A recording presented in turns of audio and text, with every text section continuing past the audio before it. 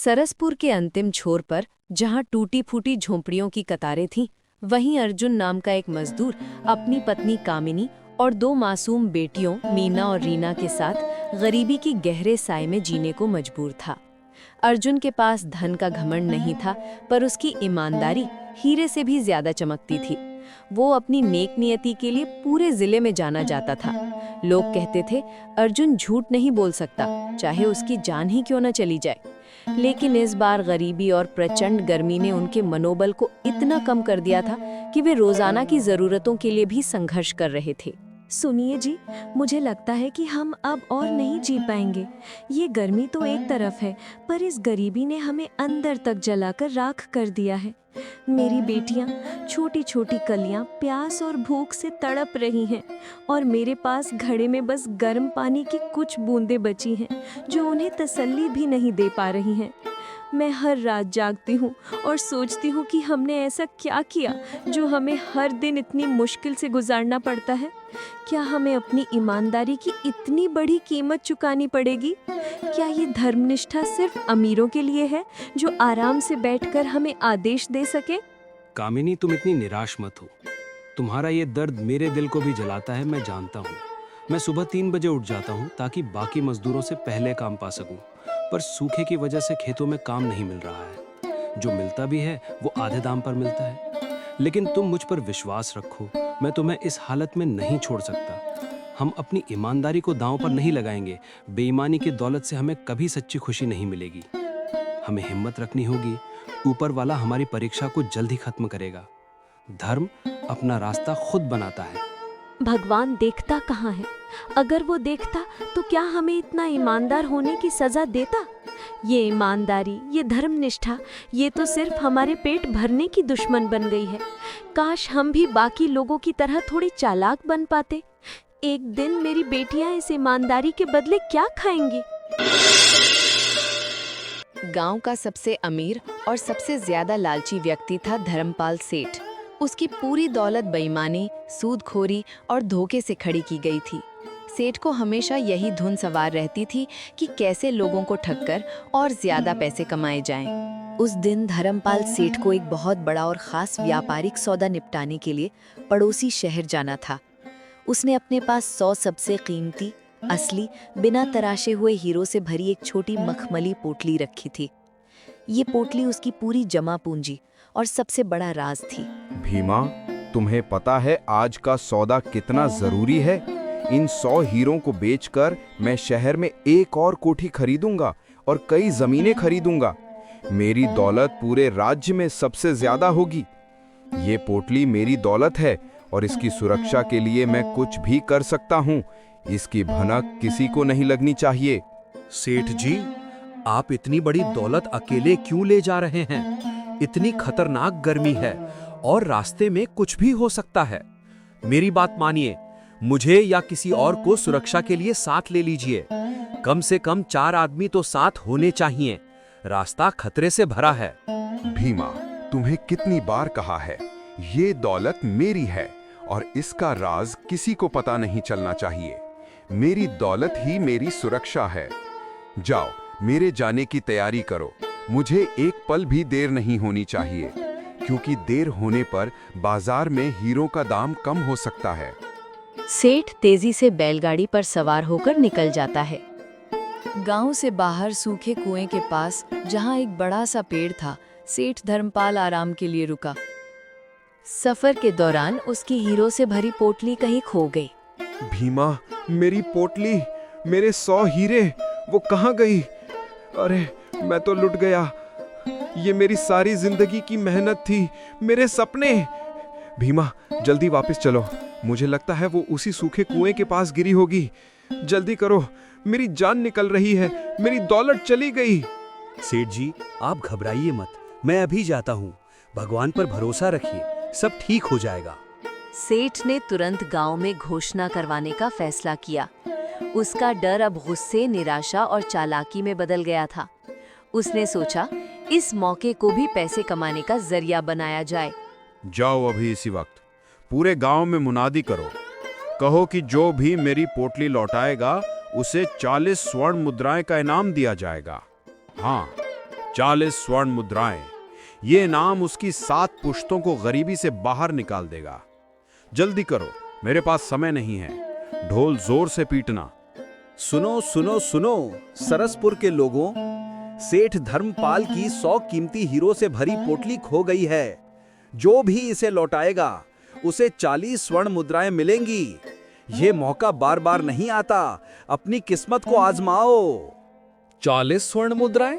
रामू भाई, तुम्हें क्या लगता है, क्या सेठ सच में इतना दानवीर बन गया है? मुझे यकीन है, अगर कोई लौटाएगा तो ये कहेगा कि हीरे कम थे और उसे चोर साबित करके मुखिया जी के सामने बेइज्जत करेगा। ये इनाम देने का नहीं, बल्कि लोगों को फंसाने का जाल है। गोकुल भाई, तुम बिल्कुल सही कह रहे हो। सेठ तो एक कौड़ी भी नहीं देगा। मैं तो यही कहता हूं, अगर किसी को मिल भी गई तो वो उसे अपने पास ही रखे। सेठ पर भरोसा करना अपनी मौत को दावत देने जैसा है। हमें अपनी जिंदगी खुद बदलनी होगी, सेठ के भरोसे नहीं।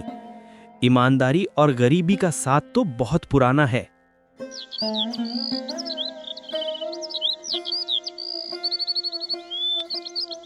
दो दिन गुजर गए, घोषणाएं लगातार होती रहीं, लेकिन कोई पोटली लेकर नहीं आया।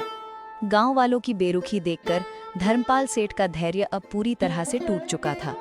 भीमा, ये क्या मजाक है? कोई क्यों नहीं आ रहा? क्या गांव में सब चोर हैं? लगता है किसी ने पोटली ढूंढ ली है और वो जानबूझकर मेरा नुकसान करना चाहता है।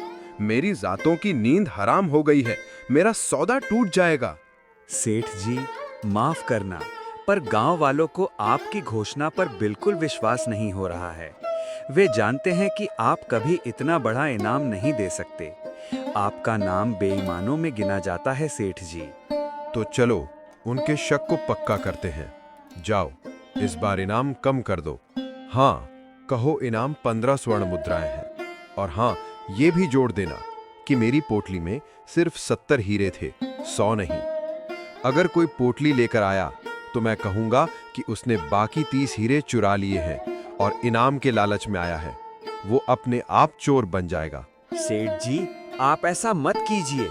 ये अन्याय होगा उस नेक आदमी के साथ जो इसे लौटाएगा। ये सरासर पाप है। आप अपनी दौलत तो पा लेंगे, पर आपकी आत्मा। ज्यादा बोलने की जरूरत नहीं, जो कहा है वही चुपचाप करो। मुझे बस अपनी दौलत वापस चाहिए। किसी की ईमानदारी या भावनाओं से कोई मतलब नहीं। मुझे सिर्फ अपना फायदा दिखता है। अब जाओ। सुनो सुनो सुनो, अब इनाम सिर्फ 15 स्वर्ण मुद्राएं। पोटली लौटाने वाले को ये इनाम मिलेगा। और हाँ, ध्यान दें, पोटली में सिर्फ 70 हीरे थे। ये सेठ जी की सख्त हिदायत है। अर्जुन उसी दिन अपनी मजदूरी के लिए लकड़ी काटने सूखे कुएं के पास पहुंचा, जहां सेठ ने आराम किया था। मैं हार नहीं मानूंगा। आज से मैं एक चांदी का सिक्का ही लूंगा, इससे कम में काम नहीं करूंगा। अपनी पत्नी और बच्चों के लिए मुझे मजबूत बनना होगा। मुझे अपनी मेहनत का पूरा दाम लेना होगा। तभी उसकी नजर कुएं के पास रखी पोटली पर पड़ी। हे भगवान, ये तो वही पोटली है, सेठ की दौलत। ये तो हमारी सारी गरीबी को एक झटके में मिटा सकती है। मैं इसे बेचकर कामिनी को वो सब दे सकता हूँ जिसकी वो हकदार है। मेरी बेटियां भर पेट खा सकती हैं। क्या ये ईश्वर का संकेत है? नहीं, ये बेईमानी है, ये गलत है, ये चोरी है। मेरे पिता ने हमेशा सिखाया है कि ईमानदारी सबसे बड़ा धर्म है। अगर मैंने ये दौलत रखी तो मुझे रात में नींद नहीं आएगी और मैं अपनी नजरों में गिर जाऊंगा। मेरी धर्मनिष्ठा मेरी पहचान है और मैं अपनी पहचान को इन हीरो के लिए नहीं बेच सकता। मेरे बच्चों को मेरी ईमानदारी की दौलत मिलनी चाहिए, बेईमानी की नहीं। मुझे ये उसके मालिक को लौटाना ही होगा। मेरा ईमान इन हीरो से ज्यादा कीमती है। क्या हुआ जी, इतनी जल्दी कैसे आ गए? और ये कैसी पोटली है आपके हाथ में? क्या ये सेठ की पोटली है? क्या तुम्हें इनाम मिला है? कामिनी, मुझे धर्मपाल सेठ की हीरो की पोटली मिली है। ये 100 साबुत हीरो से भरी है। मुझे इसे लौटाना है। आप क्यों नहीं समझते? वो सेठ धोखेबाज है। उसने कहा है कि 70 ही थे। वो आपको 1 पैसा नहीं देगा। आप हमें इस गरीबी में और कितनी देर तड़पाएंगे? आप क्यों नहीं समझते कि ये ईमानदारी हमें मार डालेगी? क्या हम ये जिंदगी सिर्फ इसलिए जिएंगे ताकि दूसरे लोग हमारी तारीफ करें? ये मौका जिंदगी में सिर्फ एक बार आता है। कामिनी, मैं तुम्हें गरीबी में नहीं छोड़ रहा हूँ। मैं तुम्हें बेईमानी की आग से बचा रहा हूँ। अगर हमने ये पोटली रखी तो हम चोर कहलाएंगे। हमें अपनी ईमानदारी को दांव पर नहीं लगाना चाहिए। हमें अपने बच्चों को ये बेईमानी की दौलत नहीं देनी चाहिए। मेरी अंतरात्मा मुझे इसकी इजाजत नहीं देती। वो सही कह रहे हैं। बेईमानी की दौलत में बरकत नहीं होती, पर मेरी इच्छाएं, मेरी आशाएं, मेरी बेटियों की भूख। ठीक है, अगर आपको लौटाना ही है तो मेरी एक अंतिम शर्त मान लीजिए। 3 दिन तक और इंतजार करो। अगर सेठ कोई और घोषणा नहीं करता और कोई दूसरा आदमी पोटली पर दावा करने नहीं आता तो हम मानेंगे कि ये ईश्वर का न्याय है और हम इसे रखेंगे। ये हमारा अंतिम फैसला होगा। ठीक है कामिनी, मैं 3 दिन और इंतजार करूंगा।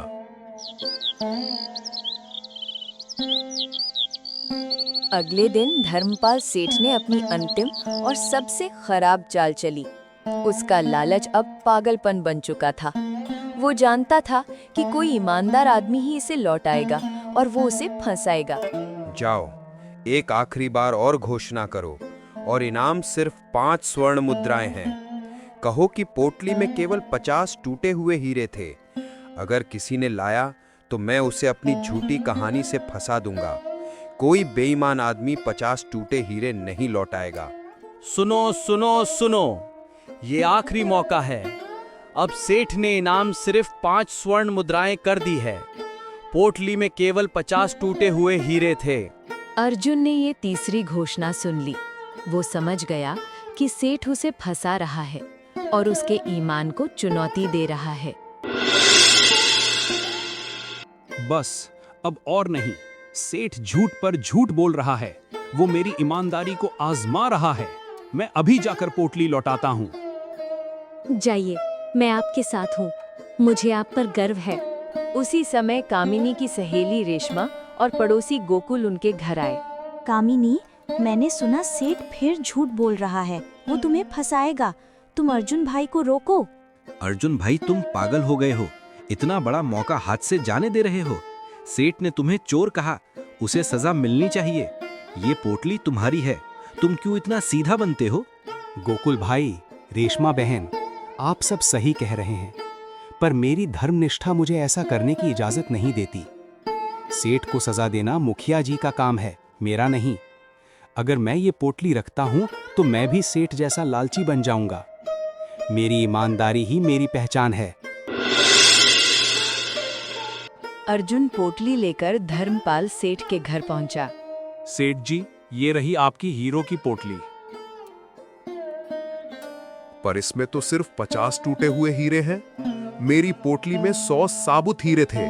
तुमने 50 हीरे चुराए और बाकी तोड़ दिए। तुम चोर हो। मैं तुम्हें गांव के मुखिया जी के सामने घसीट कर ले जाऊंगा। सेठ जी, आप झूठ बोल रहे हैं। पोटली में पूरे 100 साबुत हीरे थे। आपने तीनों घोषणाओं में झूठ बोला है। आप इनाम से बचने के लिए मुझे फंसा रहे हैं। मैंने एक हीरा भी नहीं तोड़ा। धर्मपाल सेठ अर्जुन को पकड़कर गांव के मुखिया जी की चौपाल पर ले गया। मुखिया जी के साथ गांव के 3 सम्मानित पंच यानी कि न्यायकर्ता भी बैठे थे। मुखिया जी ने पूरी सभा के सामने दोनों का पक्ष सुना। मुखिया जी और आदरणीय पंचों, ये अर्जुन मेरा 100 हीरों वाला माल चुरा चुका है। इसने मुझे 50 टूटे हुए हीरे लौटाए हैं। इसे सजा मिलनी चाहिए। मुखिया जी, पंचों, ये सेठ इनाम देने से बचने के लिए लगातार अपने ही हीरो को खराब बता रहा है। मैंने पोटली ज्यों की त्यों लौटाई है। मेरी ईमानदारी पर कोई दाग नहीं है। सेठ धर्मपाल, तुम सच बोलो। पोटली में कितने हीरे थे? 50 टूटे हुए हीरे थे मुखिया जी। सेठ धर्मपाल, तुम्हारे बयानों में साफ विरोधाभास है। तुमने पहली घोषणा में 100 साबुत हीरे बताए थे। ये पोटली, जिसमें अर्जुन के अनुसार 100 साबुत हीरे हैं, तुम्हारी 50 टूटे हुए हीरों वाली पोटली से मेल नहीं खाती। ये पोटली तुम्हारी कैसे हो सकती है? सेठ, तुम अपनी 100 साबुत हीरों वाली पोटली को खोजो। ये पोटली तुम्हारी नहीं है। अर्जुन, ये पोटली तुम्हारी ईमानदारी का इनाम है। तुम इसे अपने पास रखो। अगर 7 दिन में कोई दूसरा आदमी जिसकी पोटली में 50 टूटे हुए हीरे थे लेने आता है तो उसे लौटा देना, वरना ये पोटली कानूनी रूप से तुम्हारी हो जाएगी। धर्मपाल सेठ पर जैसे वज्रपात हो गया। वो शर्मिंदा होकर चुपचाप वहां से चला गया। मुखिया जी ने अपनी समझदारी और न्याय से सेठ के लालच को बेनकाब कर दिया। अर्जुन, तुम्हारी ईमानदारी पूरे सरसपुर का गर्व है। तुम्हारी जीत हुई है। अर्जुन पोटली लेकर घर आया। 7 दिन बीत गए और किसी ने भी उस 50 टूटे हुए हीरों की पोटली पर दावा करने नहीं आया। अब वो पोटली कानूनी रूप से अर्जुन की थी। अर्जुन, आपकी धर्मनिष्ठा ने हमें जीत दिलाई। अब हम ये पोटली बेचकर अपनी जिंदगी को बदल सकते हैं। हम एक पक्का घर लेंगे। हाँ कामिनी, पर अब क्या हुआ? अब क्यों हिचकिचा रहे हैं? कामिनी, मुखिया जी ने न्याय तो कर दिया, लेकिन मैं जानता हूँ सेठ की पोटली में 100 साबुत हीरे थे। ये पोटली उसकी जिंदगी भर की कमाई थी। अगर मैं इसे रखता हूँ तो मैं भी उसकी तरह लालची बन जाऊंगा। मेरी धर्मनिष्ठा मुझे इसकी इजाजत नहीं देती। मैं न्याय से मिली दौलत पर भी बेईमानी का दाग नहीं लगने दूंगा। मैं ये पोटली उसे लौटाने जा रहा हूँ। उसे सजा मिल चुकी है। अब हमको उसे माफ कर देना चाहिए। ईमानदारी में द्वेष नहीं होता। अर्जुन, आप महान हैं। मैं आपके इस फैसले का दिल से सम्मान करती हूँ। हम गरीब रह सकते हैं पर ईमानदार रहेंगे। अर्जुन पोटली लेकर धर्मपाल सेठ के घर पहुंचा। अर्जुन, तुम वापस क्यों आए हो? 7 दिन बीत गए हैं। ये पोटली अब तुम्हारी है। सेठ जी, मैं आपकी पोटली वापस करने आया हूँ। ये लीजिए। मेरे ईमान ने मुझे इसे रखने की इजाजत नहीं दी। अर्जुन, मुझे माफ कर दो। मेरे 100 साबुत हीरे थे। मैंने लालच में झूठ बोला। मैंने तुम्हें चोर साबित करने की कोशिश की। तुम सच में महात्मा हो। तुम्हारे जैसा इंसान दुनिया में कोई नहीं। सेठ जी, आपको अपनी गलती का एहसास हो गया, यही मेरे लिए सबसे बड़ा इनाम है। अब आप ईमानदारी से व्यापार करना। धर्मपाल सेठ ने अपनी गलती स्वीकार की और अर्जुन की महानता से अभिभूत हो गया। उसने अर्जुन को न सिर्फ 40 स्वर्ण मुद्राएं दी, बल्कि उसे अपना सबसे भरोसेमंद मुनीम बना लिया और रहने के लिए अच्छी तनख्वाह पर एक पक्का घर भी दिया। धर्मपाल सेठ ने अपनी चालाकी छोड़ दी और ईमानदारी से व्यापार करने लगा।